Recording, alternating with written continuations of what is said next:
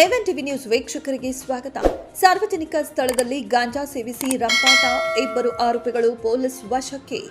ನಗರದಲ್ಲಿ ಸಾರ್ವಜನಿಕ ಸ್ಥಳದಲ್ಲಿ ಮಾದಕ ವಸ್ತು ಸೇವನೆ ಮಾಡಿ ಸಾರ್ವಜನಿಕರಿಗೆ ತೊಂದರೆ ನೀಡುತ್ತಿದ್ದ ಇಬ್ಬರು ವ್ಯಕ್ತಿಗಳನ್ನು ಚಿಂತಾಮಣಿ ನಗರ ಪೊಲೀಸರು ವಶಕ್ಕೆ ಪಡೆದಿದ್ದಾರೆ. ವಶಕ್ಕೆ ಪಡೆದವರನ್ನ ಚಿಂತಾಮಣಿ ನಗರದ ಜೆಜೆ ಕಾಲೋನಿಯ ಮಂಜು ಬಿನ್ ನರಸಿಂಹಪ್ಪ, ಶಾಂತಿನಗರದ ತಂಗರಾಜು ಬಿನ್ ರಾಜ ಎಂದು ಚಿಂತಾಮಣಿ ನಗರ ಠಾಣೆಯ ಪೊಲೀಸರು ದಾಖಲಿಸಿಕೊಂಡಿರುವ ಎಫ್ಐಆರ್ನಲ್ಲಿ ಉಲ್ಲೇಖಿಸಲಾಗಿದೆ. ಚಿಂತಾಮಣಿ ನಗರದಲ್ಲಿ ಯಾರೋ ಅಪರಿಚಿತ ವ್ಯಕ್ತಿಯಿಂದ 200 ರೂಪಾಯಿ ನೀಡಿ 2 ಪ್ಯಾಕೆಟ್ ಗಾಂಜಾ ಮಾದಕ ವಸ್ತುವನ್ನು ಪಡೆದು ಸೇವನೆ ಮಾಡಿರುವುದಾಗಿ ಒಪ್ಪಿಕೊಂಡಿದ್ದಾರೆ. ಸದ್ಯ ಆರೋಪಿಗಳನ್ನು ವಶಕ್ಕೆ ಪಡೆದಿರುವ ಗಸ್ತು ಪೊಲೀಸರು ಚಿಂತಾಮಣಿ ನಗರ ಪೊಲೀಸ್ ಠಾಣೆಗೆ ಕರೆತಂದು ಹಾಜರುಪಡಿಸಿದ್ದು ಮುಂದಿನ ಕ್ರಮ ಕೈಗೊಳ್ಳಲಾಗಿದೆ.